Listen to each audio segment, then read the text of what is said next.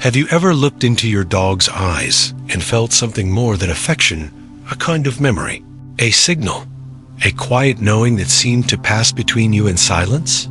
You might think it's just emotion or instinct, but what if it's something else entirely, something older than language, more precise than behavior? Welcome to a soft, slow unraveling of one of the strangest awakenings happening right now.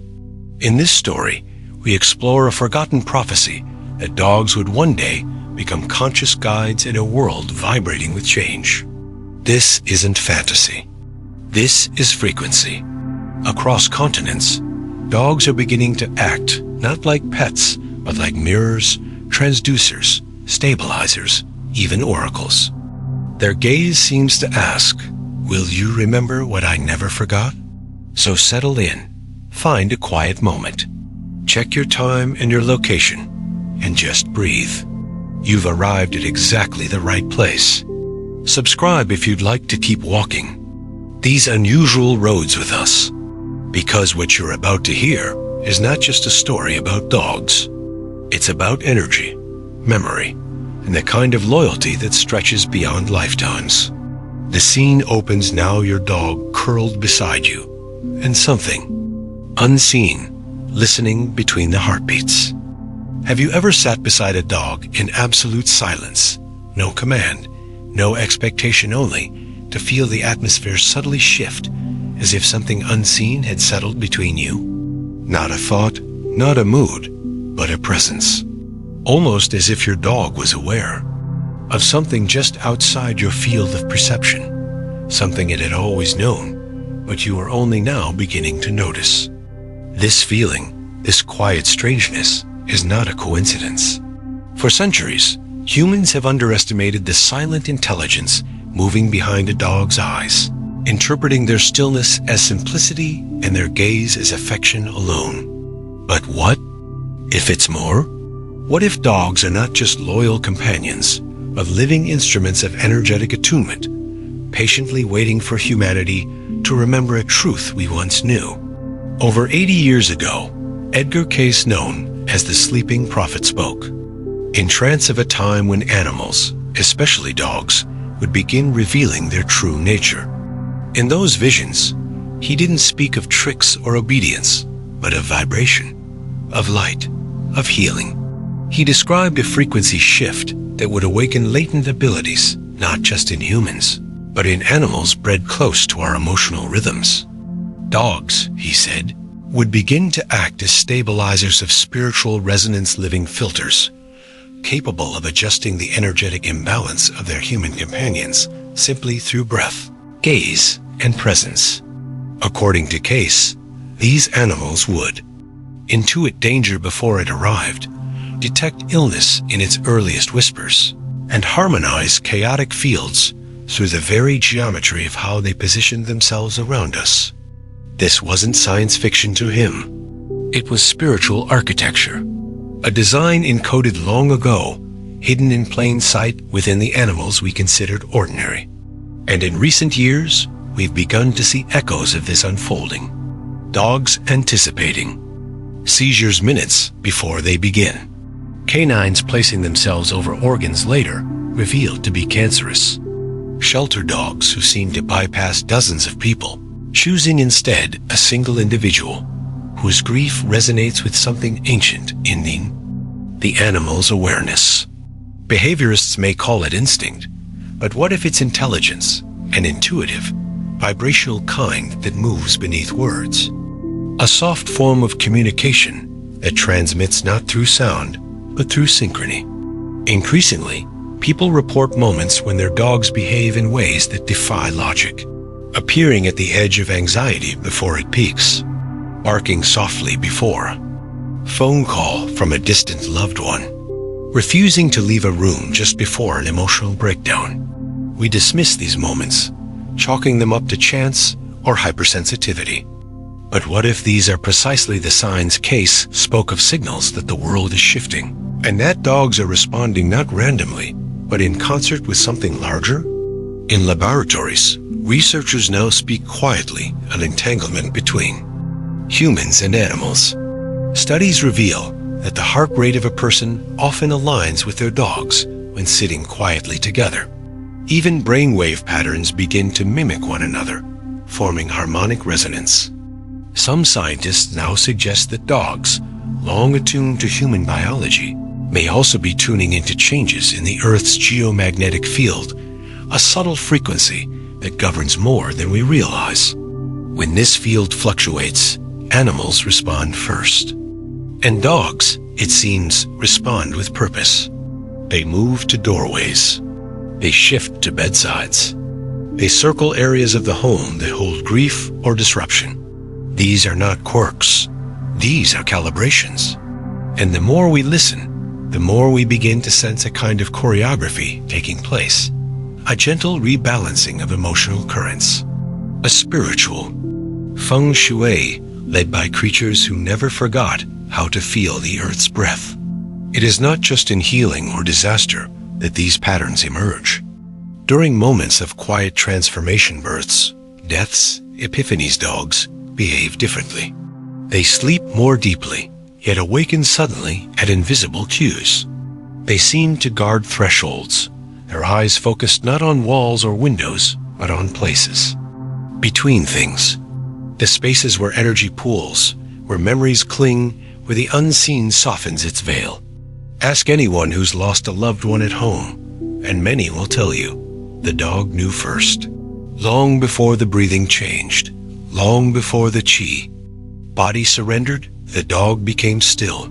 They lay close. They blinked slowly. They exhaled like monks. Some believe that dogs act as psychopomps in these moments, not in the mythic sense of leading souls, but in a quieter way, by stabilizing the emotional field so that the transition becomes smoother, less fragmented, by anchoring grief before it splinters, by holding love in a form steady enough for the spirit to cross without fear. The signs are everywhere, but we're only now learning how to interpret them. During solar storms or lunar eclipses, communities report mass changes in dog behavior, howling at the same moment across cities, sitting in odd postures, refusing food or shadowing their humans with unusual intensity. These reactions aren't random, they're harmonic, as if a signal were pulsing through the deep frequencies of the earth, and dogs, still tuned to that ancestral radio, begin responding in ways we've forgotten how to hear. Cayce warned that this evolution would not look dramatic. It would begin subtly through touch, through presence, through gaze. And so it has. Owners report being comforted by their dogs during moments of depression they hadn't vocalized. Some speak of dreams shared with their dog's visions, in which the animal communicates, warns, or simply watches with knowing eyes. And the next morning, the dog behaves differently, as if remembering, as if still inside the dream. This isn't fantasy, it's frequency, emotional synchrony, quantum empathy. And the more we lean into it, the more we notice just how consistent it is. Across breeds, across cultures, across continents, dogs are beginning to behave not as reactive pets, but as intentional presences. And if you pay attention, you may notice your own dog has been doing this all along. Their habits, where they lie when they sigh, how they look at you when you think no one sees, all may be part of a larger language. One not of tricks or training, but of tuning. Because in the moments when your energy fractures, when your mind wanders into old sorrow or future dread, notice how your dog responds. They may move closer. They may exhale. They may press their body to yours with a weight that feels deliberate. That's not comfort. That's coherence. That's resonance returning to the system through the soft intelligence of a being who never needed words to understand you. There is a quiet choreography unfolding across the planet, and if you sit still long enough, you may start to sense it, not as noise, but as alignment. What began as isolated stories, strange coincidences, now glows like a constellation waiting to be connected. Dogs in distant places exhibiting identical behaviors at the same global hour. Reports of animals seeking out particular children in hospital wards with almost uncanny precision, not drawn by scent or sound, but something far less measurable, something magnetic, perhaps, or spiritual. Trainers tell stories of dogs who refuse to learn certain commands, not out of stubbornness, but because their focus drifts toward people in need, as if their real purpose is not obedience, but observation. And increasingly, these behaviors fall outside the known spectrum of animal training or survival instinct. In one clinic, a Labrador walked silently into a counseling session, uninvited and untrained, and pressed her body against the chest of a client who had been planning suicide, something no one in the room knew, until the man broke down sobbing. In another story, a child with nonverbal autism whispered their first word not to a parent, but to a rescue dog that had been found whimpering near a collapsed energy grid. These aren't miracles. They are messengers. Subtle evidence of a deeper reality blooming beneath our rational frameworks. Edgar Cayce predicted that as the world became more dissonant, technologically accelerated, emotionally fragmented, certain animals would begin remembering their dormant roles, not as domesticated sidekicks, but as co-regulators of the human field. The chaos, he said, would act as a trigger. And what is unfolding now seems to echo that exact shape.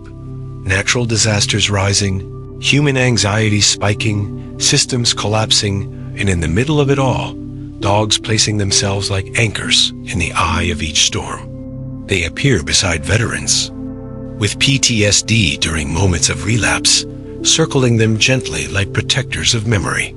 They interrupt family arguments with a low growl or a simple body block, standing between voices before words can turn into wounds. Some even begin pacing homes hours before an accident or death occurs, as if rearranging the architecture of the unseen in preparation. There's a pattern in this presence, a rhythm to their stillness.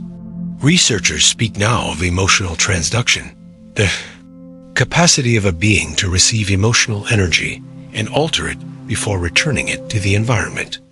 And in controlled tests, dogs have repeatedly demonstrated this in ways machines cannot replicate. A room holding human anger will grow colder. A room with a calm dog will return to balance faster than with any human mediator.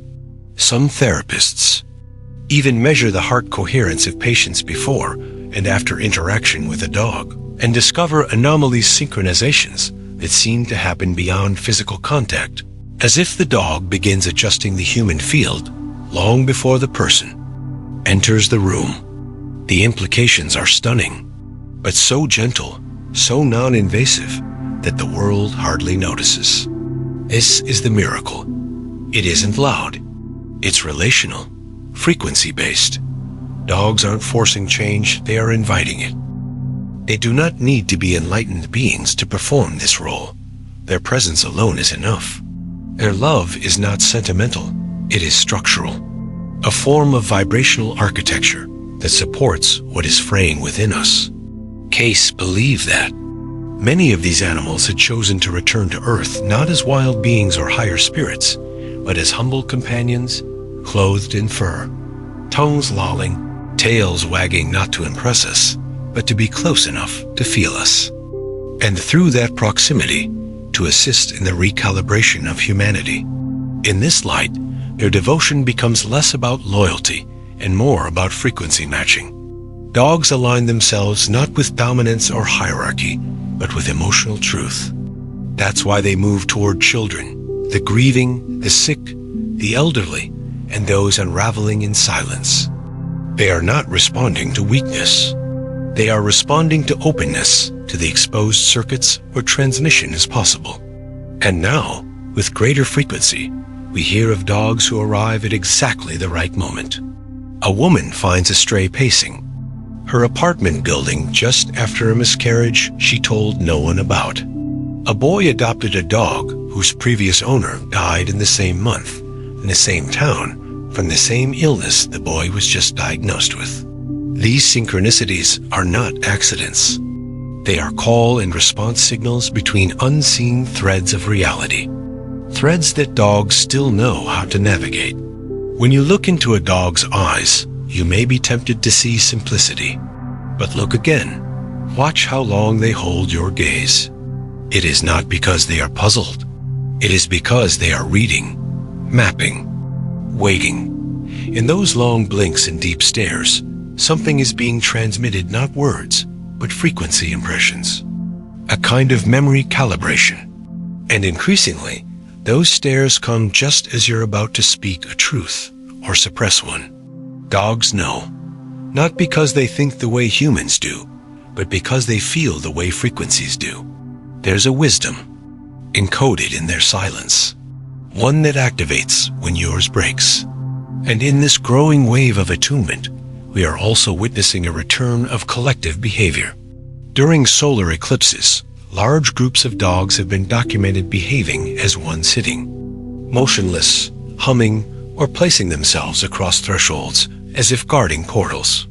Animal shelters report unusual bonding events where dogs from different backgrounds and traumas form tight, almost sacred clusters lying in spirals, touching noses, sleeping back to back without training. Scientists refer to this as pack repatterning, but some whisper another name: lattice formation, the building of a subtle grid between beings attuned to the same harmonic field, a field that may one day serve as a stabilizing web for the human nervous system during planetary shifts.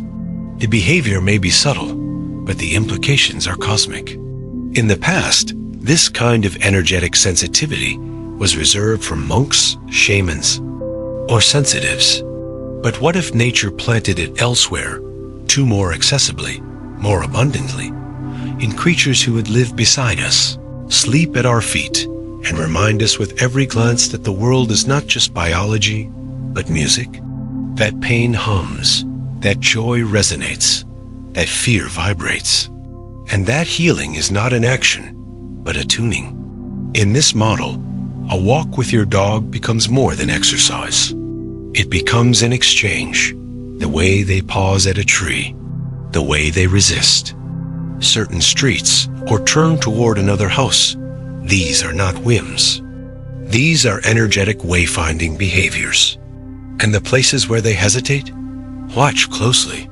There may be old sorrow in the soil, or a decision waiting to be made. Dogs navigate not only landscapes, but timelines, choosing where the energy flows.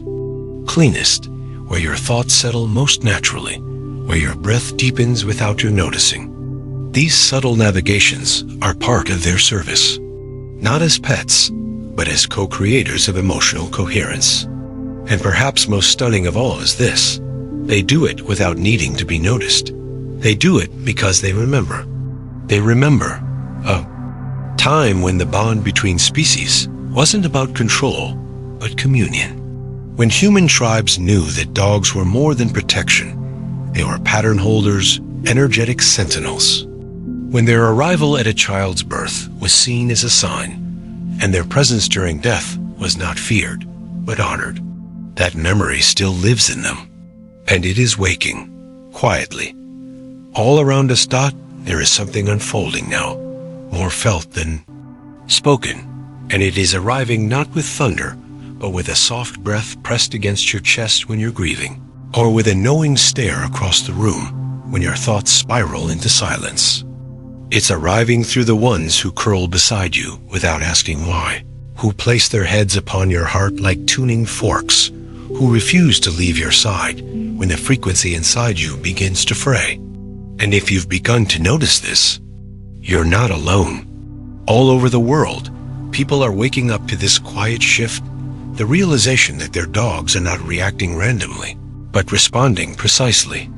Responding to thoughts not yet formed into language, to emotions that haven't yet reached the surface, to energy, mood, memory, even echoes of trauma that linger in a room long after the words have been spoken. It's as if the veil between species is thinning, and in that thinning, a bridge of consciousness is forming, not a telepathic fantasy, but a subtle, living communication carried on breath, posture, tone, and gaze. Cayce once said that dogs would evolve in response to us not. through adaptation in the Darwinian sense, but through emotional resonance. That the more fragmented and fast-paced we became, the more sensitive they would become to counterbalance us. And we're seeing it now.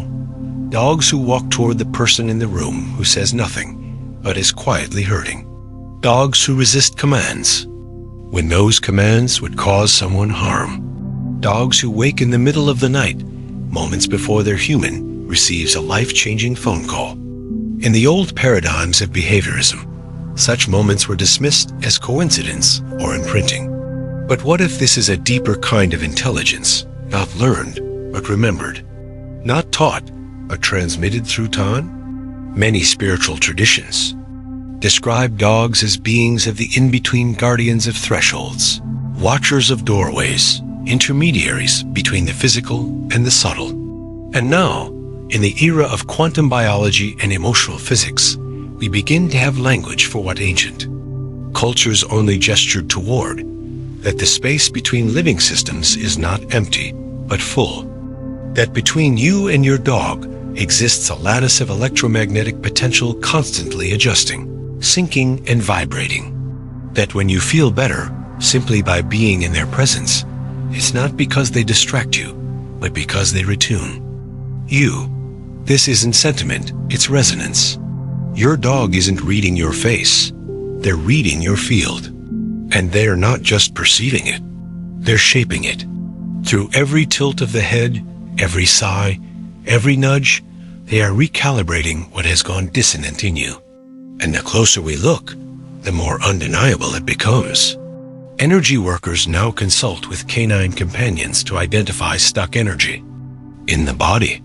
Some use devices to measure human and dog coherence, finding that during periods of shared calm, their heart rhythms synchronize not by accident, but as a response to mutual presence. Entire fields of study are emerging. Canine, consciousness research, emotional coherence analytics, vibrational therapy, supported by animal-assisted awareness. In places where war, grief, or illness has left a thick residue, dogs walk the ruins and lie down in spaces where humans can barely breathe. It's as if they are not just sensing the damage, but metabolizing it, taking it in, letting it move through them. And then, like shamans who shake after a ceremony, they stretch, they yawn, they shiver, and the room clears. In families, dogs are often the first to alert us to changes that we ourselves cannot feel. They react days before a diagnosis, sleep across thresholds after conflict, stand sentinel by bedrooms when someone's dreamscape becomes troubled. And for those who have learned to listen, a new practice is emerging, one not based on training, but on invitation. Sit beside your dog in silence. Let your thoughts quiet. Then think of a memory that hurt you. Watch their body. You may see a flick of the ear, a shift in posture, a slow movement closer. They are not reacting out of habit. They are aligning. They are tuning themselves to hold the vibration you have surfaced. And then, once you have cried or exhaled or simply sat long enough, they may get up and move to another room, not because they're done with you, but because they've completed the work. The frequencies have stabilized. The moment has passed. This is not magic. It's relationship at its most refined. And it goes both ways. As you become more aware of this bond, your dog begins to shift as well. They become more responsive, more subtle. Some even begin mirroring your movements, anticipating your actions before you decide them. And in rare cases, owners describe a profound merging of awareness, shared dreams, shared sensations, shared silence that feels somehow sacred. These are not coincidences.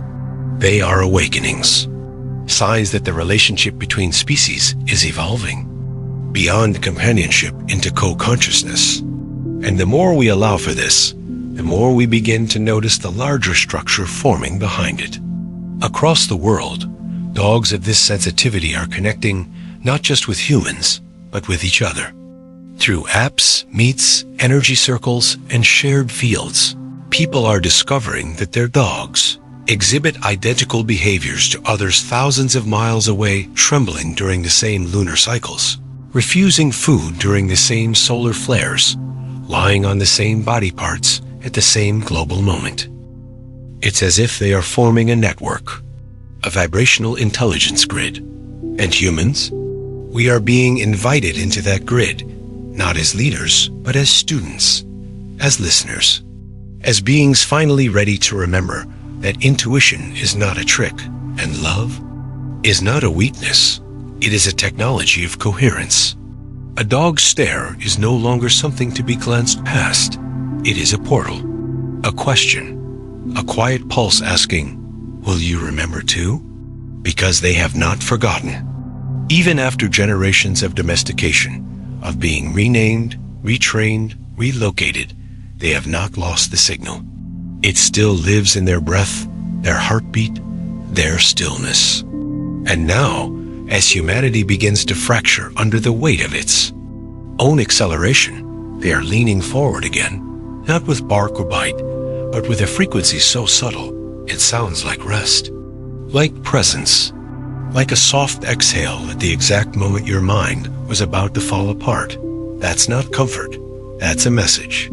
That's a song from a time before language, a tone that says, "You are not alone, you are not broken, you are not too late, you are just out of tune, and we're here to bring you back."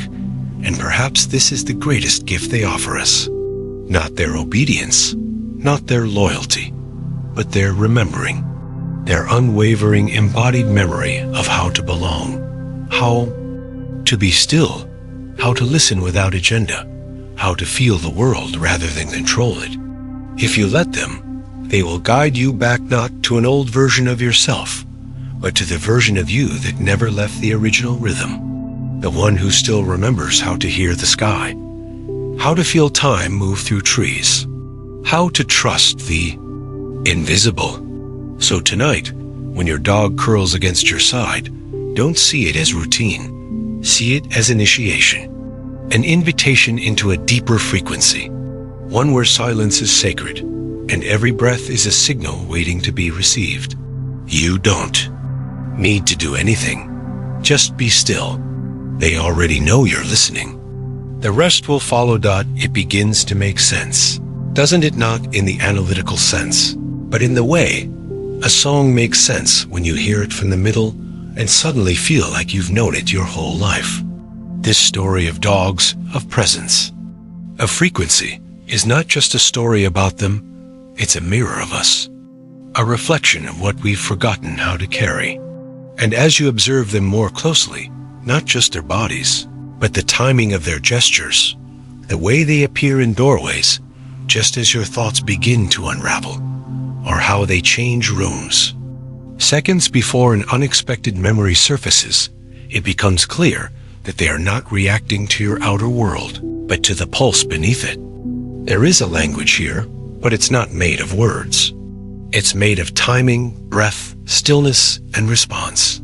A quantum grammar that bypasses speech and plugs directly into the nervous system, recalibrating before you even know you've drifted.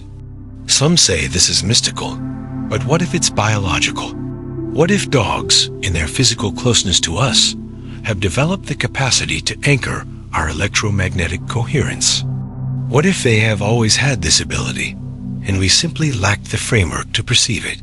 Think of all the moments you've dismissed, when your dog wouldn't leave your side for hours without clear reason, when they growled gently at an empty hallway, when they sat beside a stranger you later learned had survived something unspeakable. These aren't coincidences.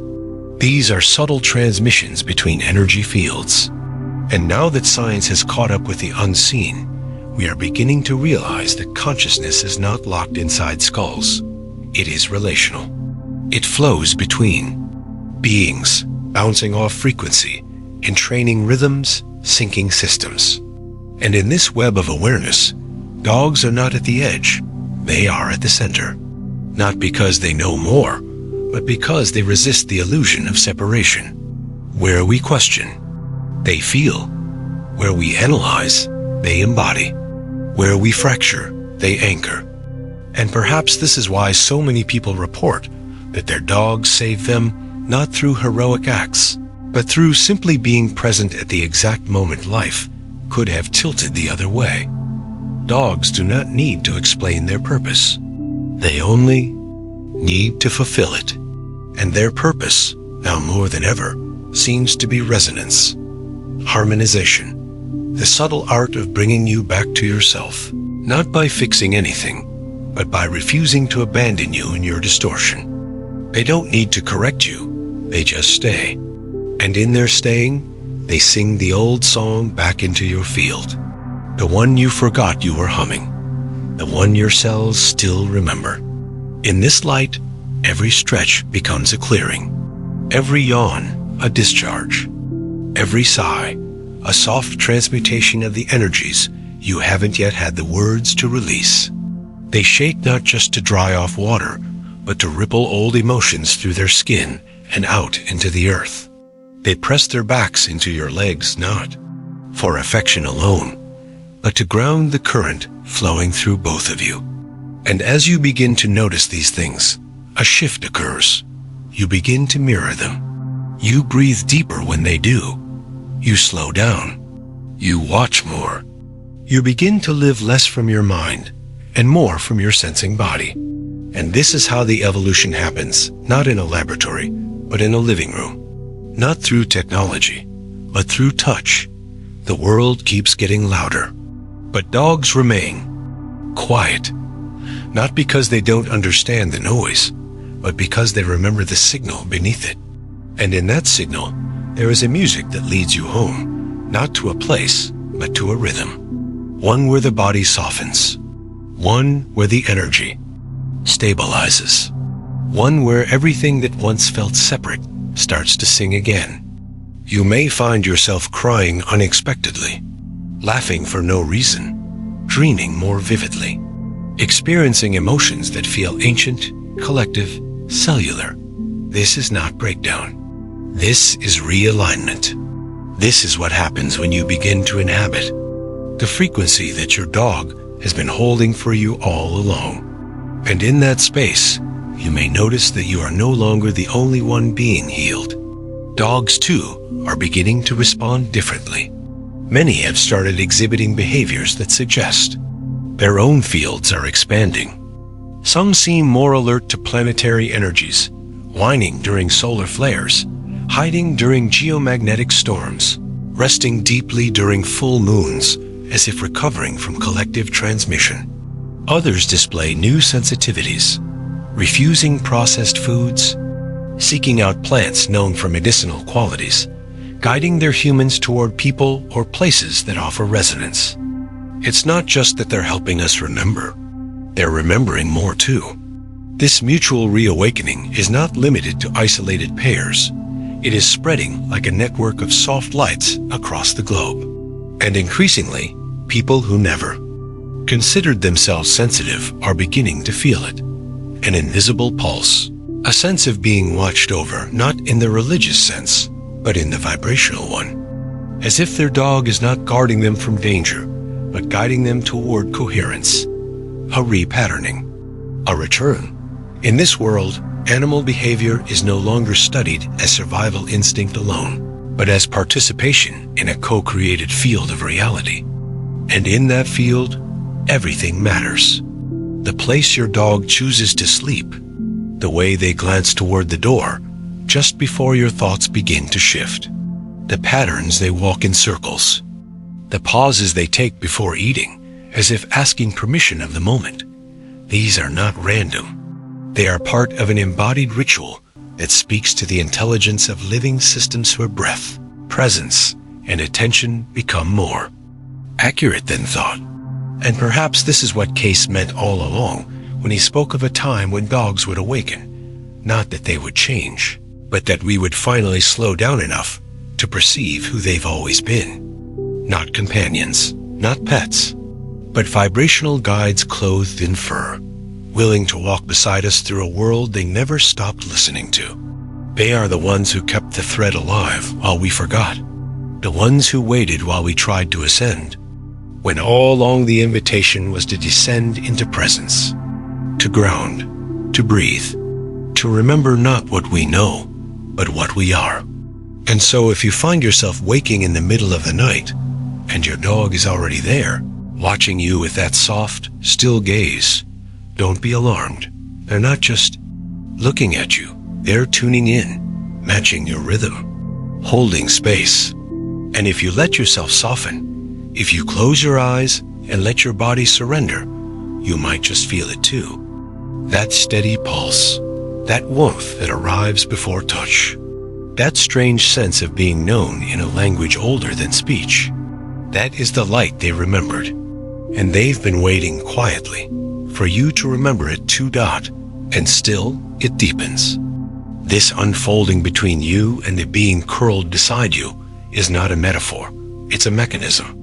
A real responsive system of quiet interaction that works not through thought or speech, but through subtle entrainment. And as more people begin to witness this unfolding, the stories become not just more frequent, but more specific, more layered, more astonishing in their gentleness. A woman recovering from grief begins to notice that her dog licks the same spot on her wrist each morning. Not just any spot, but the precise place where her pulse surges when she dreams of the one she lost. A man who never believed in anything, spiritual, is startled when his rescue dog begins whimpering each time he stands near a childhood photo he refuses to talk about. These aren't random acts. These are invitations. Invitations to coherence. Invitations to presence. And the more we accept them, the more we begin to behave like them. We begin to pause when we feel dissonance. We begin to walk slower, breathe deeper, reorient toward comfort, not just as a feeling, but as a frequency. We begin to notice when something inside us feels off, not intellectually, but viscerally, like a string slightly out of tune. And more importantly, we begin to remember how to tune it. And here's where the truth begins to shimmer, not in philosophy, but in ordinary moments made radiant. The moment you're about to spiral and your dog touches your foot. A moment you're sitting in indecision and your dog blocks the door, not letting you leave. The moment you feel shame and they simply gaze at you without a trace of it in return. These are not coincidences. They are echoes from a deeper field. A field in which love is not just emotional, it's architectural. It builds bridges back to the self, one active presence at a time. And those bridges, once crossed, change everything. The way you see them changes. The way you see yourself changes. Even the way you hold silence changes. It begins to feel sacred, charged, alive, because now you know what's moving inside it. You can feel the hum behind your heartbeat, the warmth that spreads when your dog sighs in sync with your own breath, the unspoken coordination that occurs when you both turn your heads toward the same sound one that no one else seems to hear. This isn't domestication. This is co-regulation. This is shared nervous system wisdom. And it has been happening all along, just beneath the threshold of ordinary awareness. But now the threshold is rising. The veils are thinning. And what was once felt only in glimpses is becoming a state of being. Entire homes are transforming, not through furniture, but through frequency. People are rearranging spaces based on where their dog chooses to sleep. Rooms once avoided are cleared through the rituals of a dog's movement, circular pacing, intentional stillness, momentary still-eyed stares at corners of the ceiling where something once lingered. There are those who dismiss this as superstition, but those who've lived with it know better. They know that when a dog growls at a shadow, it is not the darkness they fear, it is the disruption in energy. And when they lie across your feet while you think too hard, it is not comfort they offer, it is grounding. They are pressing you back into the body, back into rhythm. And in this way, dogs have become not just companions in life, but spiritual first responders. They sense it before you speak it. They clear it before you collapse into it. And they do so not for praise, but because they remember. Their cells, their instincts, their gaze, it all holds the echo of a time when species were not at war with nature or each other, but participants in a shared choreography of survival and resonance. This remembering is not abstract. It's behavioral. And if you let it, it will change how you move through the world. You may find yourself becoming more sensitive, not in a fragile way, but in a precise one. You may find your senses sharpening, not for survival, but for alignment. Colors feel richer. Music hums deeper. People who drain you become unbearable. And people who heal you begin appearing like magnets. Even your dreams begin to change. Dogs appear in them not as symbols, but as guides standing at forest edges, walking beside you through misted fields, or simply watching with those same steady eyes that speak without sound. Some of these dreams feel like memories. Others feel like instructions, but all of them feel real. More real, in fact, than the noise of daylight. This is the new remembering. This is not myth. This is your nervous system recalibrating through resonance. And just as you begin to wonder whether you've imagined all this, something happens. Your dog enters the room, moves directly to your side, and exhales. Nothing dramatic, just a breath. But you feel it ripple through you like a tide, returning. And in that moment, you know, you are not imagining any of this. You are finally perceiving it. You are finally attuned. And the world, which once seemed dry and distant, suddenly feels alive with texture again. Every tree humming, every cloud moving in rhythm with your thoughts, every silence full of listening. The dog beside you shifts slightly, leans in, and suddenly it's not just your body that's being supported. It's your entire field. You're being held not physically, but electrically, spiritually, systemically. And in that embrace, something opens. A doorway, perhaps. A memory. A truth you had long suppressed that now rises not to haunt, but to be released. And as it passes through you, you feel no fear. Because beside you is the one who never left. The one who remembered your light when you couldn't. The one who waited. And perhaps that's the most beautiful part of all this story. Isn't about awakening something new. It's about returning to what has always been there. It's about recognizing that the soft padding of paws on hardwood is not just a sound. It's a rhythm you once danced to. It's about realizing that the way your dog tilts its head when you're lost is not confusion. It's a mirror. A gentle, loving reminder that you are not broken. You are becoming coherent again. And they are here to midwife that process not through words, but through unwavering, sacred presence. And maybe, just maybe, that is what the prophecy always meant. Not that dogs would rise to speak in human tongues or wield some mystical power, but that they would love us so fully, so attentively, that their presence alone would lift us back into remembering. Not because they are trying, but because they never stopped. And now, neither will you. And so the story continues not forward, but inward. Not towards some dramatic conclusion, but into deeper layers of noticing. This is the essence of the evolution, not to race ahead of ourselves, but to finally live in cadence with what has always been whispering beneath the noise. In homes across the world, dogs are holding a space that no technology can replicate, a field of presence so ancient, so unshakably loving, that just being in its radius is enough to change your internal weather.